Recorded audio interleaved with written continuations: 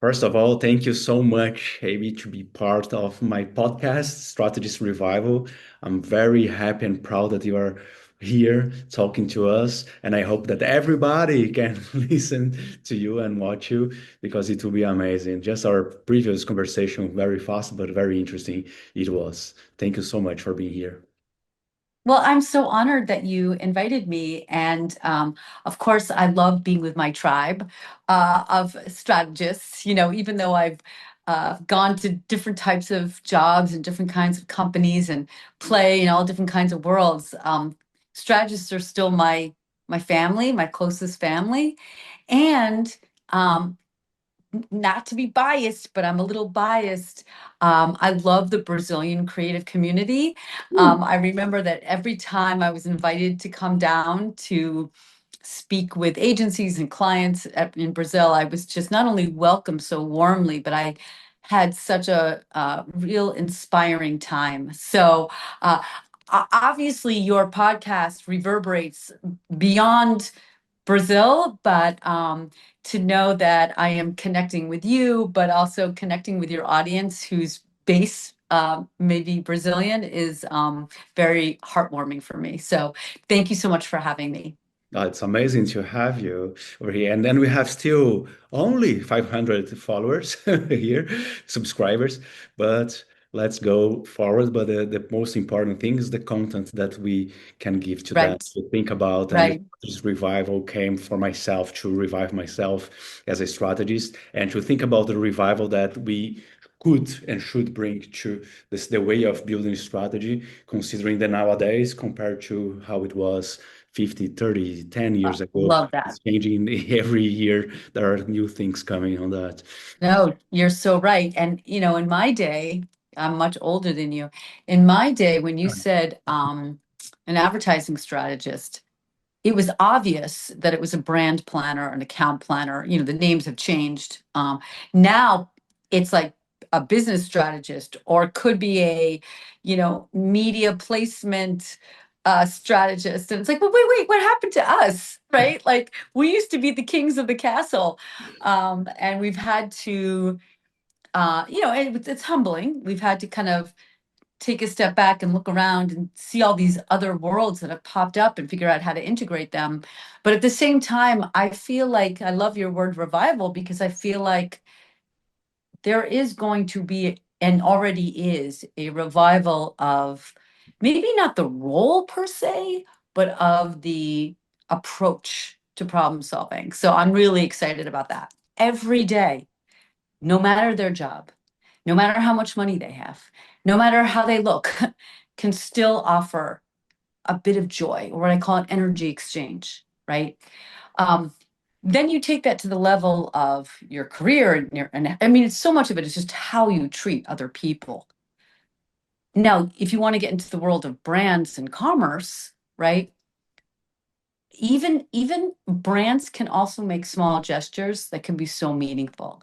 So one of the things I love to do is I love to decode the seemingly banal or stupid behaviors that we do. The main questions that I have to you are based on that. The main thing for me is the positive social impact and environmental Yeah. impact we can build through the brands. What do you think about Yes. that? Is it possible? Um, oh gosh, I can unpack that question or the answer in many different ways. Look, I think it's possible to add a positive social or to have positive social impact in the smallest ways, which could be extremely beneficial, right?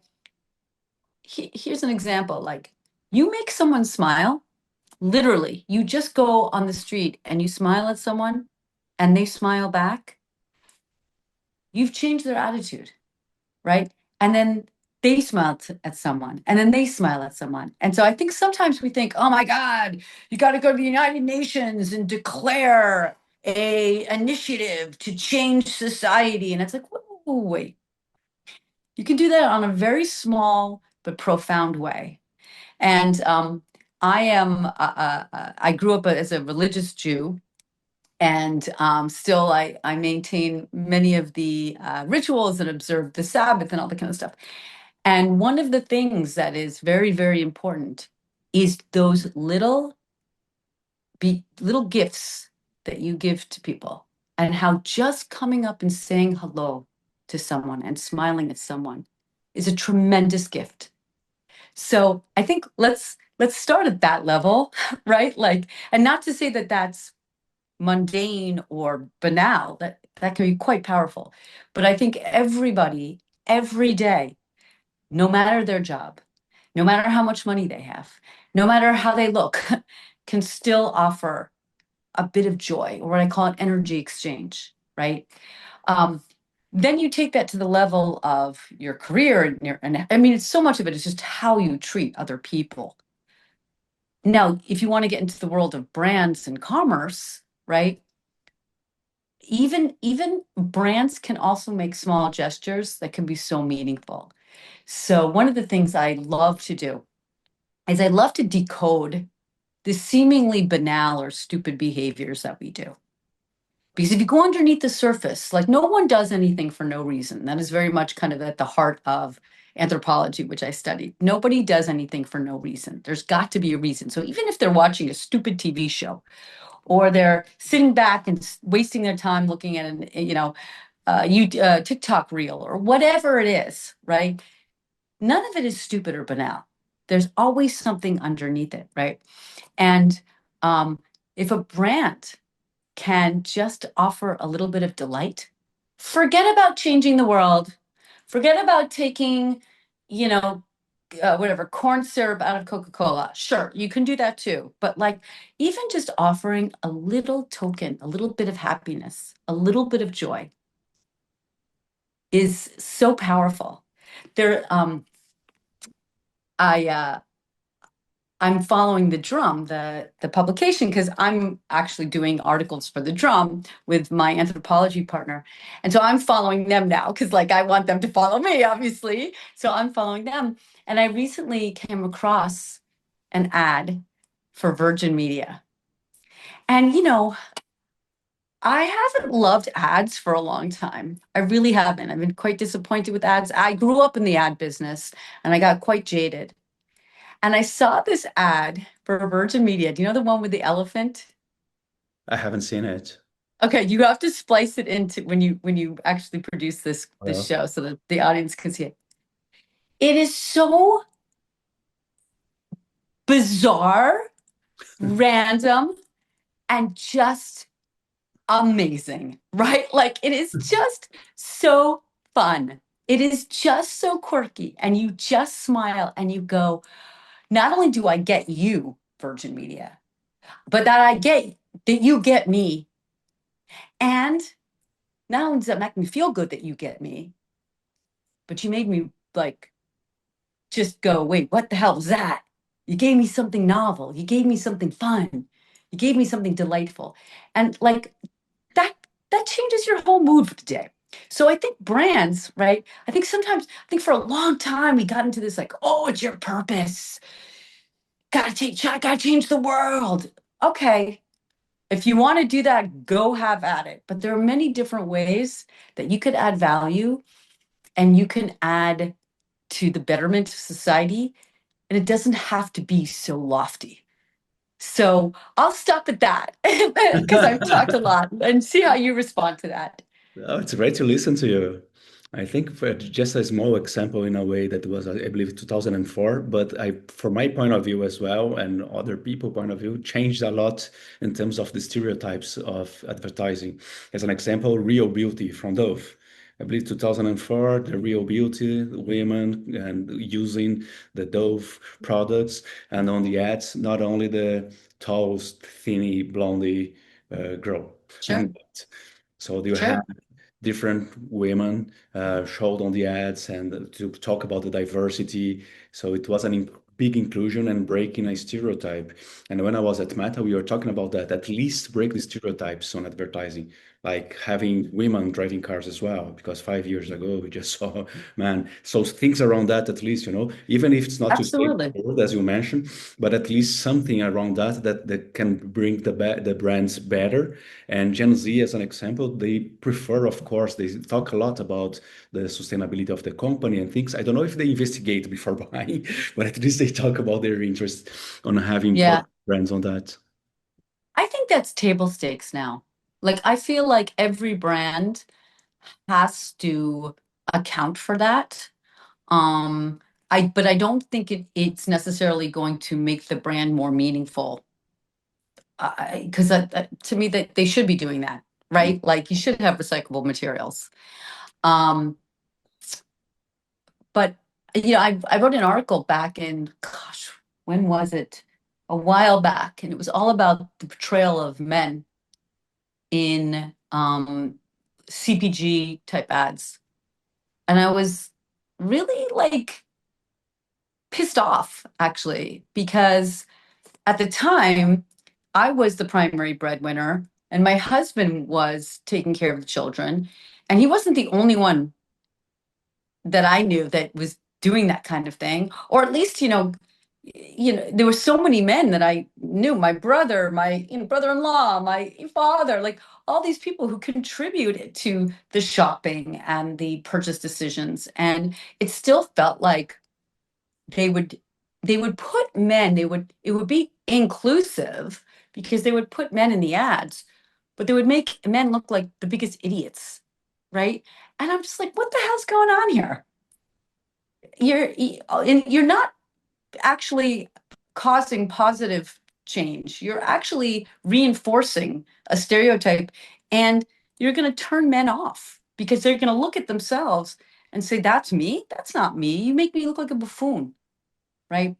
So I think that there inclusivity, yes, but inclusivity in a way that's actually not contrived, um, and that really feels real and true to the circumstances. I also think inclusivity tends to um, refer to a certain group of people who haven't been represented.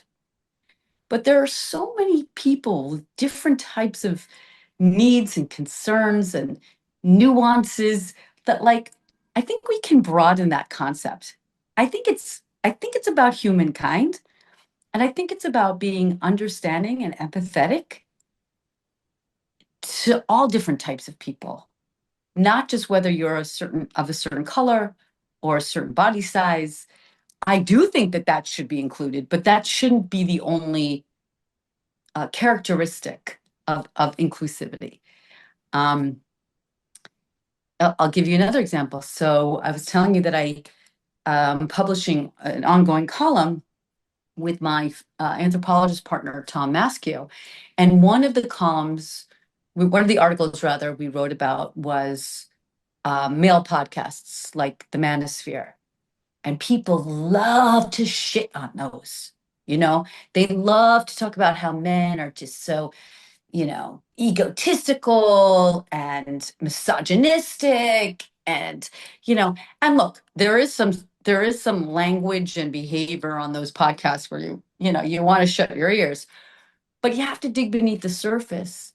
And what you see is real empathy here, right? You see these guys who they they just want to connect and they just want to be productive in society and they don't know how.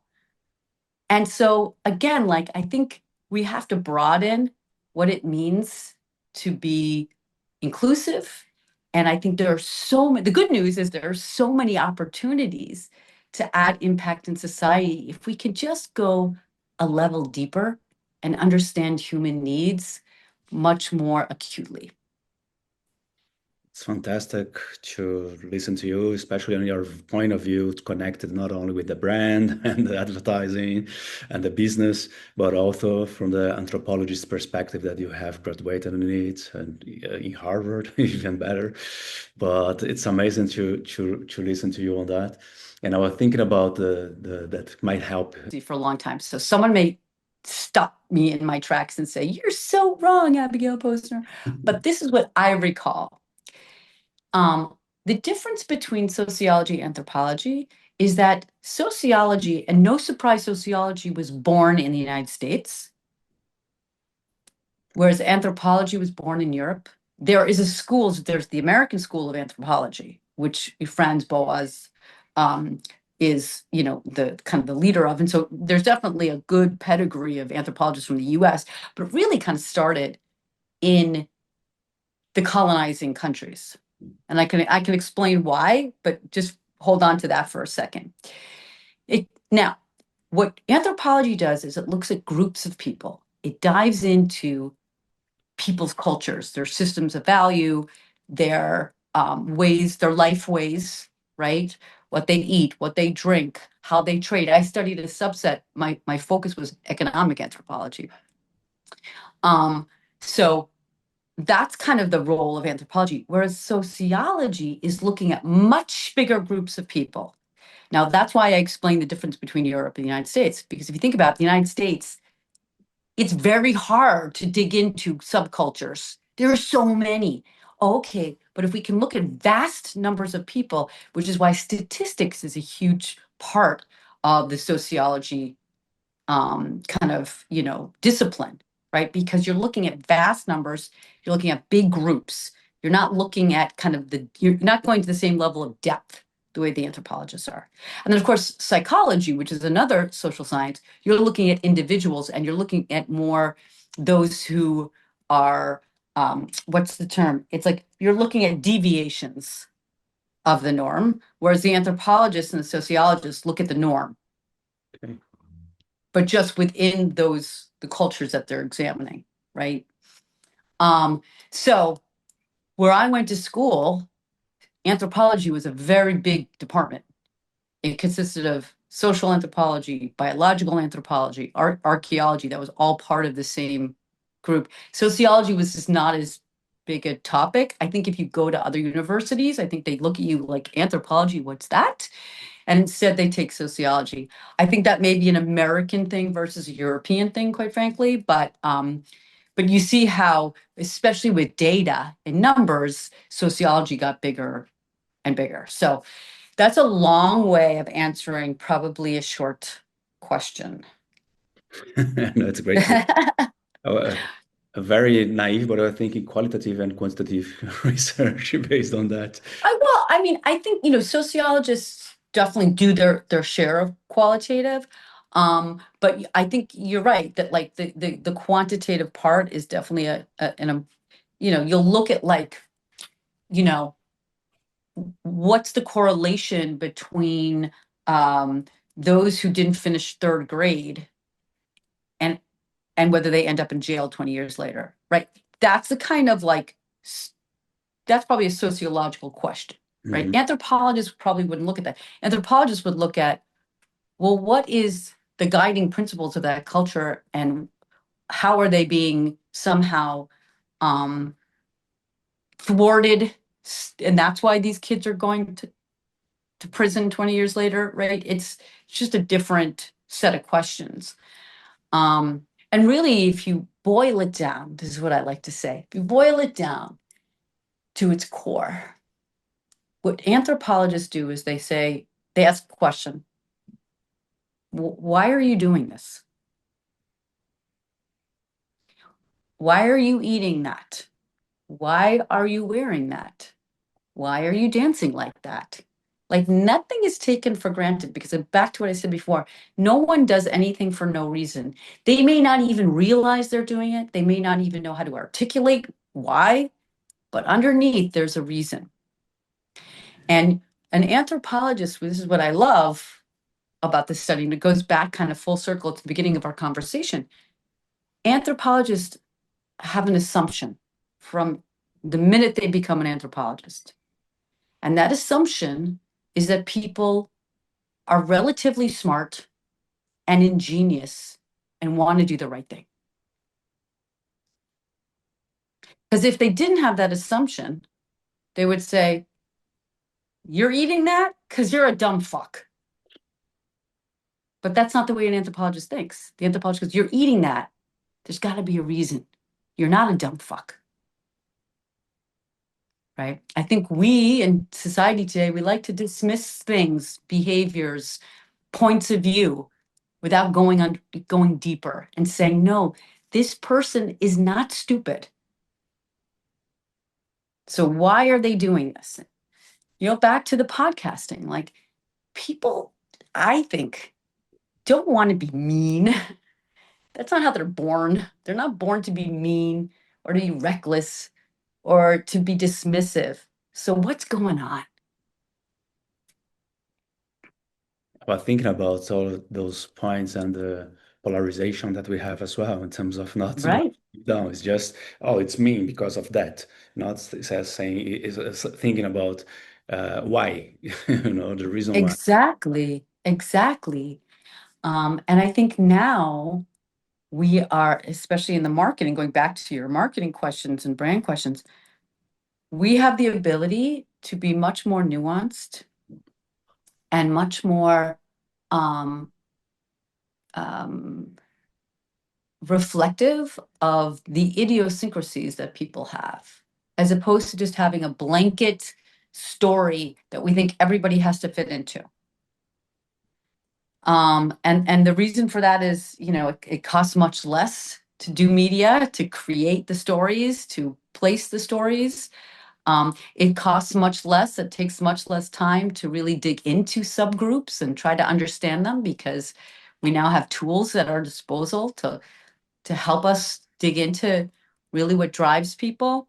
So I think back to your strategy revival, I think we have an opportunity now more than ever to be that much more empathetic and that much more curious and that much more relevant to people, so that they say, oh, I get that you get me. That's really what people want, right?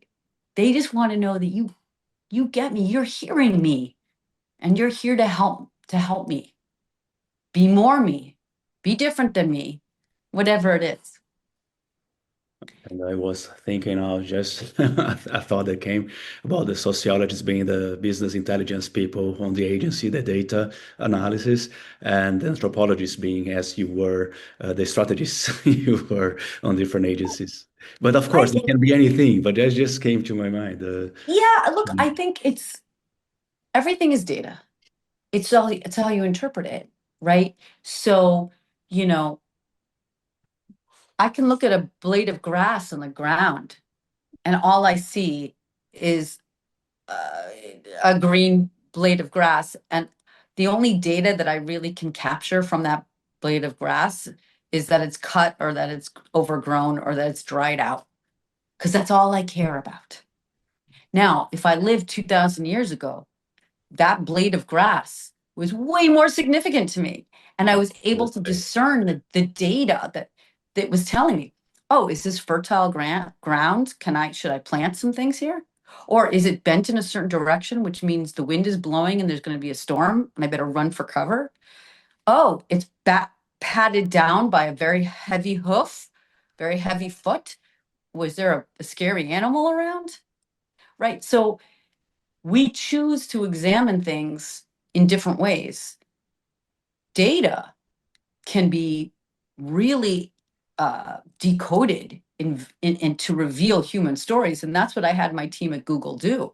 We had all these data sources, but it's how you interpret the data, how you connect the data, which separates someone who's just a researcher from someone who's a deep thinker, a strategist, who can see that connection and make that creative leap. So And the sources can be great. The sources, you can shit on the sources or love the sources, is what you do with them. And you mentioned 2000 years ago and the grass and things around it. And I'm worried that now about I'm using a lot of AI to have conversations as part of my team. It's not taking my human intelligence, but I Yeah, usually mention that it's HI as well. Human intelligence and AI, artificial intelligence, they work together. sure, But it's like a sure. part of the team. So asking and telling stories, da, da, da. But some guys have told like they would like to have a team in the future in the advert creative team with one copywriter or the art director and AI, not the both. And I thought, wow, is this stealing our jobs in the future? Are I these? know that's the you know narrative right now. The way I see it is with every technology, there's evolution, and that creates new jobs and and overlaps with jobs. And that's what I believe is going to happen now. And I'm not trying to be Pollyanna, right? Like, Yeah, I know the reality. I was in the tech industry. It's really tough right now. All the money is being put towards AI, and people are dropping like flies from that space, and they're going to drop like flies from other spaces. But it's also going to open up new opportunities for people. And I know that sounds again like, oh, I'm reading from the AI script, but I'm doing it right now, right? live. So for example, when Gordon Young, the editor-in-chief of The Drum, says, I want you to do a column for me. I was like, if he asked me that a year ago, I'd be like, sorry, man, no way. I am not a writer. I suck at that. This is too, oh my God, all the work I'd have to do. I can't. Now, because of technology, I do the thinking with my anthropologist friend, but then I use Perplexity with Claude, Sonnet, and I can whip out. Now, of course, I'm going back and forth, but I get these articles that are pretty damn good. It understands the voice I want. I mean, I have to put some real good prompts in there. And again, I tease it apart and we adjust it. But now I have an article every month, a meaty, I think, meaty, juicy article every month. So, like, now I'm an author. Now I'm a writer, right? Exactly. Exactly. Now, it's not to say I didn't write articles before, but believe you me, it was like one every few years because it was so arduous and I really didn't enjoy the process. And now I'm working on a book. I would never, I mean, every time people would say to me, oh, Abby, you got to write a big, there's no fucking way I'm writing a book. I'm a speaker. I'm not a writer, right? Well, now I'm working on a book. Now, of course, I still need a human being. I actually had a major falling out with AI because at one point I was going to work with a company that uses AI to write the book proposals, and it was a piece of shit. So I realized, I started working with a book agent, and we both realized, like, no, I need a human being to help me write this proposal. But all the work that I'm doing to get there is both human and AI, and it helps me categorize and craft and adjust and get different ways into the same story that I want to tell that just kind of ignite my imagination in a different way. And that's super powerful. So, do I think people are going to have to be imaginative and solve in different ways because of AI? Absolutely. So, figure that out, right? But that to me is exciting. And I was thinking about AI to grab insights as well, because Oh, absolutely. Absolutely. I mean, I've done a number of AI talks. So I'm a public speaker as well. As you can yeah, tell, I I saw love put a moving camera on me, and I'm really super that. happy. Don't put a still camera. I'm terrible in pictures. Put a moving camera. But anyway, and one of the things that I truly feel is that because AI is taking over all the rote stuff, that's just going to leave us more time, more bandwidth, more money to focus on story creation, to focus on insight development. So much attention has been paid to stuff that now AI can do. And I'm not talking about just the boring stuff. I'm even talking about in media too. Like, remember I was saying, man, I feel like the brand strategist kind of got left behind for a while. That's because the world of data and precision and targeting, thanks to companies like Google, where I used to work, or, other companies, that became king. Oh my God, now you can actually see how your ad performs from start to finish, and you can see how people jump from an ad to another ad to another. Oh my God, everything's decoded, right? Or now you can figure out which ad goes to which person at which time over which device. Oh my God, right? And the story got left behind.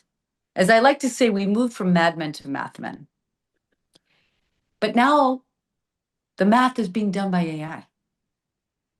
So now the story can go back to its rightful place, right?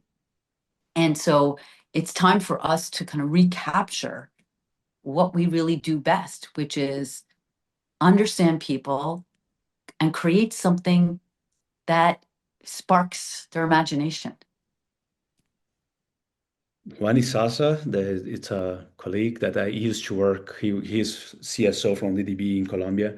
He wrote Oh, a book yeah.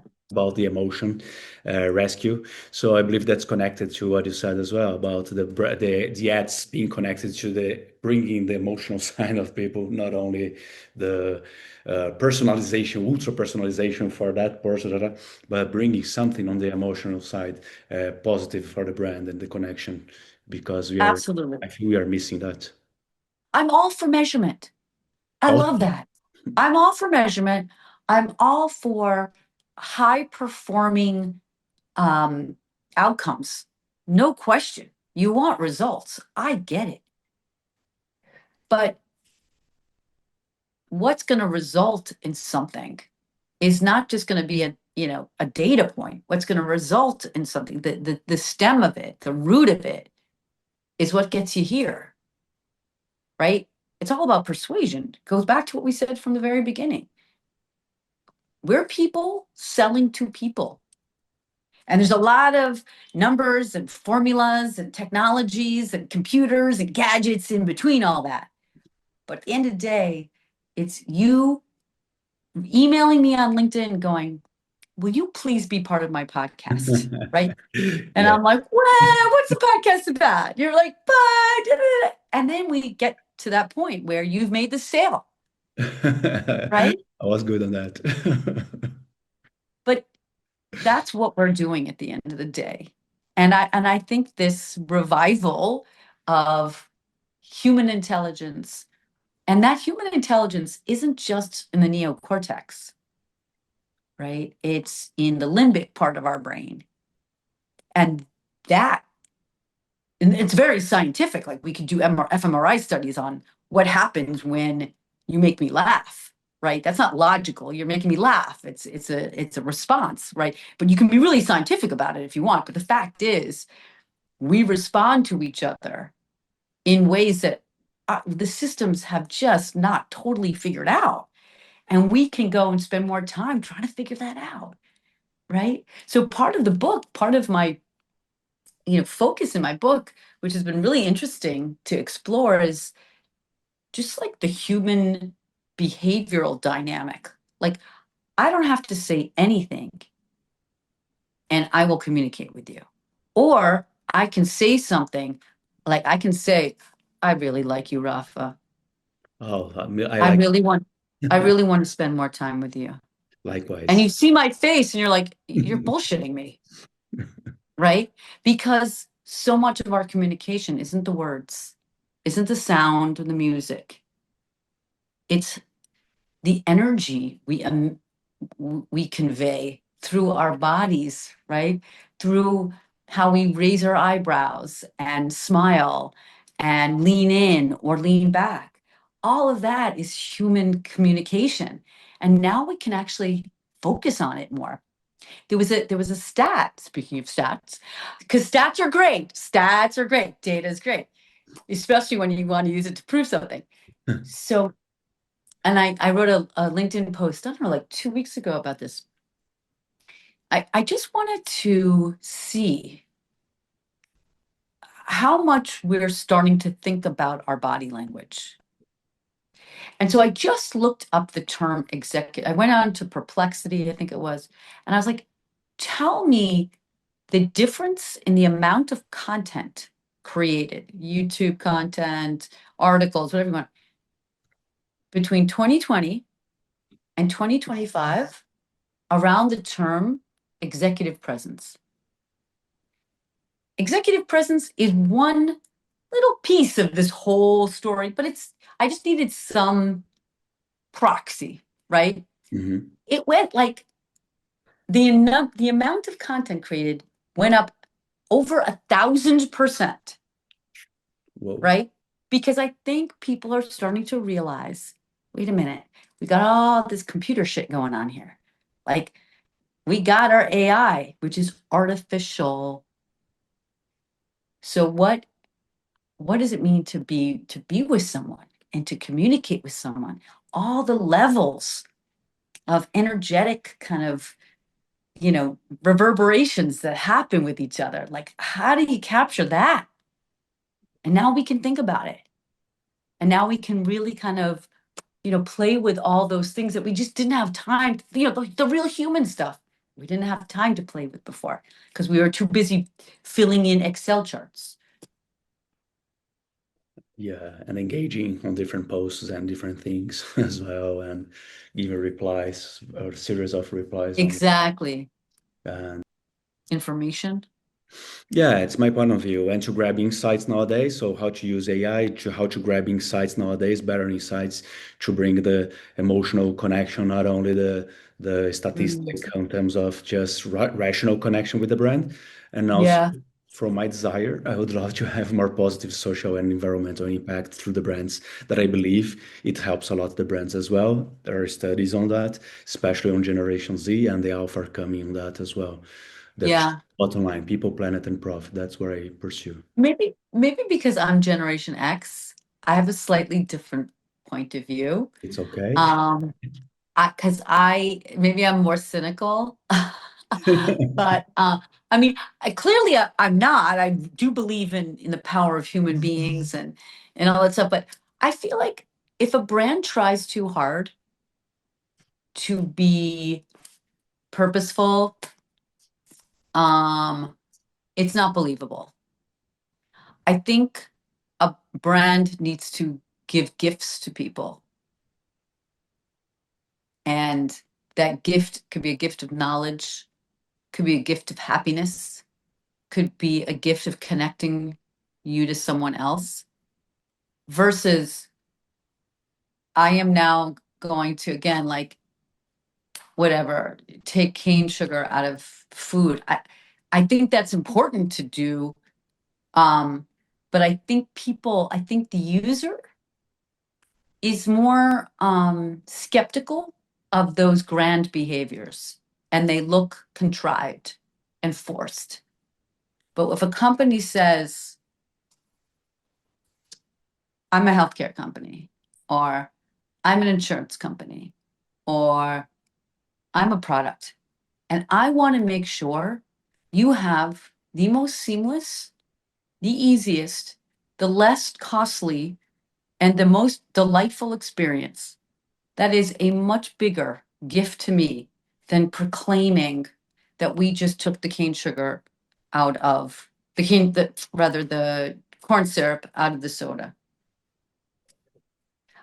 That's maybe my jaded or realistic view of, and I quite and quite frankly, I think it's a more realistic view of how brands and companies can behave.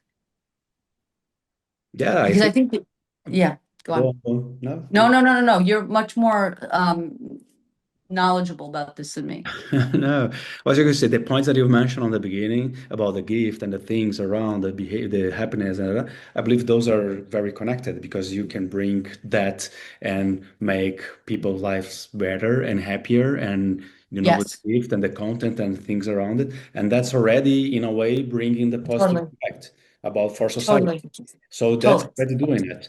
And about the product, which would be the governance of the company and things around it, Yeah, or the product. A lot of those companies have targets like 2030. A lot of them are saying, I know. for example, And by the way, I know because I'm a member of a public board, and so we all the boards had these ESG requirements. And once those ESG requirements were taken off, you know what everybody felt?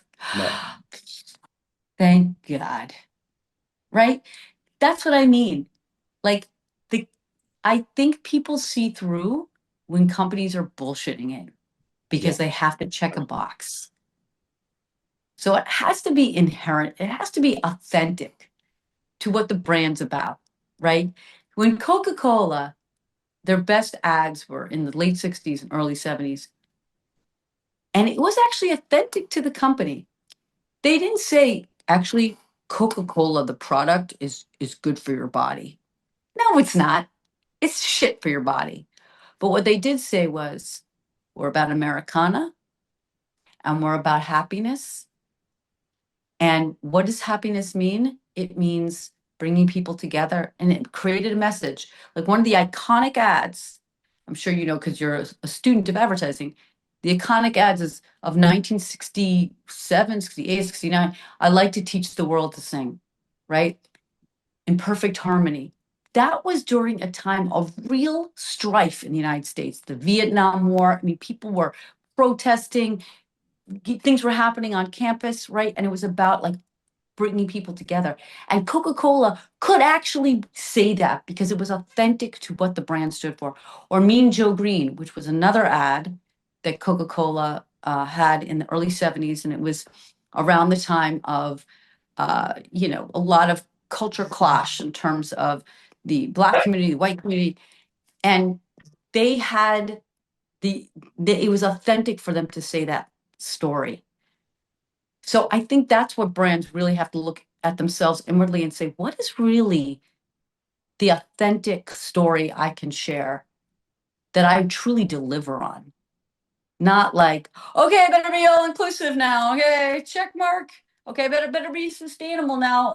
Okay, so I'm gonna show that we use a little less water in the toilets. Check. yeah. On that is not about walk the talk. It's about talk the walk. So first walk, do the things, and then you talk about it. Because otherwise you will be greenwashing, social washing, talking things that you are not doing, Totally. and just Totally. promoting yourself on advertising about things that you are not doing, even Right. internally with the employees or the production of the products Totally. or services or things around it. But I believe the consciousness on that is to bring, at least on advertising, things that you've mentioned, at least on Yeah. brand communications, things that you mentioned, the brand actions, things that you mentioned, the positive impact on people, society that the brand can have. That is connected to Sure. brand purpose, vision, and the mission of the company as an example. That's my point of view. I believe there is always an opportunity on that to do something. Absolutely. Just like every day you can wake up and be a kind person. Absolutely. Do you know Bill? I grew up in DDB, so of course I know all the Bill Burnback quotes. And Bill Burnback, for those of you who are not familiar, I mean, you probably any strategist probably is, but he was the icon, the madman icon. Don Draper was modeled after him, right? And I'm gonna butcher this line, but it's something to the effect of, and I put it in that article I wrote about men in CPG commercials, and I was like, it was something to the effect of like in the media, advertising slash media has the opportunity to uplift society, like to elevate it or to brutalize it. Because this is what we see. This is what we see every day. So when you put out something that is harmful, it's harmful. And if you put out something that's inspiring and uplifting, it has major impact. So I totally agree with you. My only my where I my nuance is in how hard you try and how there are so many ways you can uplift people that I think sometimes we forget to think about because we have these lofty goals. That's fantastic. Um, we could start at least with the diverse tech and inclusion advertising, but with representativeness, not only over there on the second plan and someone, people of different skins just there, but without being representative, really. But there's a Yeah, on that. I think I think so much of that comes across as contrived. And I think it's about being more nuanced. I'll never forget this. My first boss in advertising said to me, never, ever underestimate the power of humor. You know, we think, oh, you have to pull at the heartstrings to connect with someone. Humor is one of the best ways to connect with someone because it's intelligence meets creativity meets a total instinctual reaction. And that's like you look at a baby, right? It's that first smile. There's a name for it, and I'm forgetting it right now. But like, what happens when you first smile at a baby? They smile back, and then you smile, and they smile back again because they see how that creates such a connection, and they feel loved, right? And that's what humor does. That's why people share so much of this crazy shit, the funny stuff, because we're saying to someone, I know you. I know you because humor is so nuanced. And people go, you get me. And I feel loved, right? So again, I just think that like sometimes we have these lofty approaches to the world, inclusivity or purpose. Sure, all good. But like, what does that really mean? Does it feel real? Does it feel authentic to the brand? And don't forget, there are so many ways to show people I get you. And that's inclusivity, not just having the token person of a certain color or body shape or size. Yeah, it's not a checkbox, but it's a work to do. Abby, it was amazing to learn from you and this educational moment and different points of view and similar points of view that helped them a lot to learn more and to challenge biased points of view that I have, but thinking about a lot on the positive social impact that brands can bring, but not overriding the positive profitable impact that the brands can bring to the company. But it was amazing Yeah. to listen to you. Oh, Thank well, you so thank you much so for much. participating. Well, thank you for having me. And I hope we can talk again. I really appreciate it. Bye. Bye.